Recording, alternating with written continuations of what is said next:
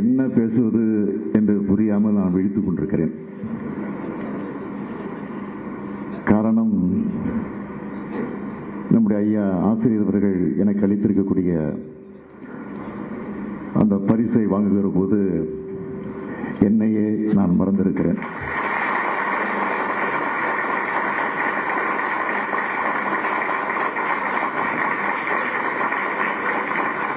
வாழ்க்கையில் எத்தனை பரிசுகளை நான் பெற்றிருக்கலாம், வழங்கப்பட்டிருக்கலாம். ஆனால் இந்த பரிசுக்கு எதுவும் ஈடாகாது என்பதை நான் உணர்ந்து கொண்டிருக்கிறேன். போதும், எனக்கு இது போதும்.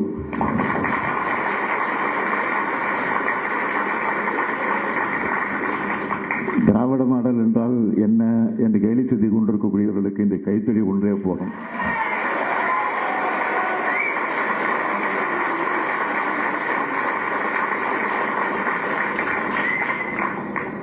தாய் வீட்டுக்கு வந்திருக்கிறேன்.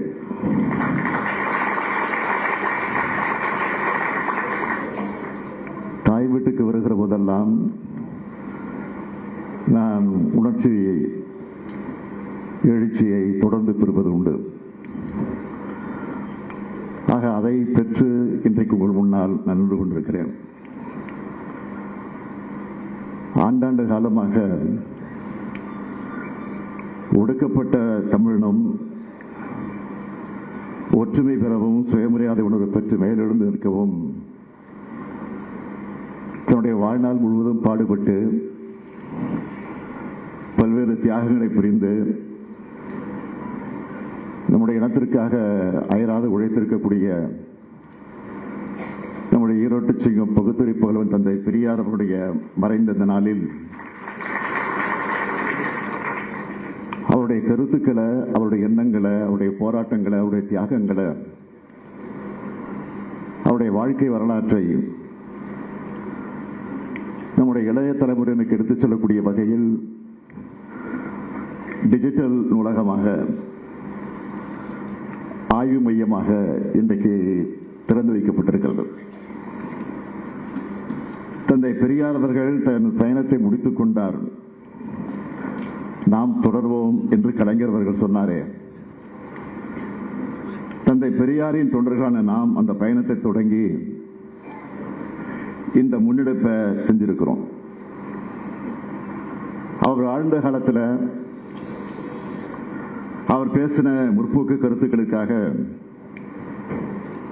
மானுட சமுதாயத்தோட விடுதலைக்கான கருத்துக்களுக்காக பழமைவாதிகளிடமிருந்து, பிற்போக்குகளிடமிருந்து கடுமையான எதிர்ப்பை அவர் சந்தித்தார். ஊருக்கு வரக்கூடிய தடை, பேச தடை, கோயிலுக்குள் நுழைய தடை, எழுத தடை, பத்திரிகை நடத்த தடை, போராட்டம் நடத்த தடை, அத்தனை தடைகளையும் உடைச்சு அவர் நம்மை வீதிகளை மட்டும் நுழையவிடல, இந்த மண்ணுலக வாழக்கூடிய அத்தனை பேருடைய மனசுங்களையும் அவர் நுழைந்திருக்கிறார். அதுதான் தந்தை பெரியார் அவர்கள்.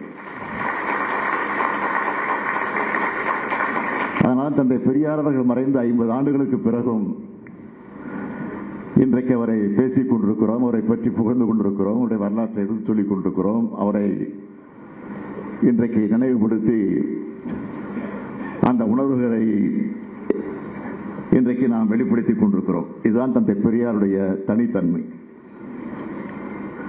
தந்தை பெரியாருடைய கருத்துக்களை இன்னைக்கு வரைக்கும் எல்லா மக்களிடத்திலும் கொண்டு சேர்த்து என்றென்றும் வாழ்கிறார் என் நிலையை உருவாக்கி இருக்கக்கூடியவர் நம்முடைய பெருமதிப்பிற்குரிய ஐயா ஆசிரியர் அவர்கள். பெரியார் தொடங்கின இயக்கத்தை, பெரியாரோட கொள்கைகளை, இந்த திராவிட பேர் இயக்கத்தை காத்து வருபவர் தான் நம்முடைய ஐயா ஆசிரியர் அவர்கள். இந்த 90 வயசுலையும் ஐயா ஆசிரியர்கள் சுற்றி சுற்றி வரக்கூடிய இந்த பயணத்தை எல்லாம் பார்க்கிற போது நமக்கு ஆச்சரியமாக இருக்கு. ஆனா ஆச்சரியப்படக்கூடிய அளவுக்கு சொன்னாலும் அவர் தந்தை பெரியாரிடம் அவர் கற்றிருக்கக்கூடிய அந்த பாடத்தை தான் இன்றைக்கு அவர் வெளிப்படுத்திக் கொண்டிருக்கிறார். இன்னும் பல ஆண்டு காலம் நீங்கள் வாழ்ந்து எங்களை போன்ற இளைஞர்களுக்கு நீங்கள் இன்னும் ஊக்கத்தை தந்திட வேண்டும். திராவிட முன்னேற்ற கழகத்தினுடைய தலைவராக, தமிழ்நாட்டுடைய முதலமைச்சராக, ஐயா பெரியாருடைய தொண்டராக நான் உங்களிடத்தில் கேட்டுக்கொள்கிறேன்.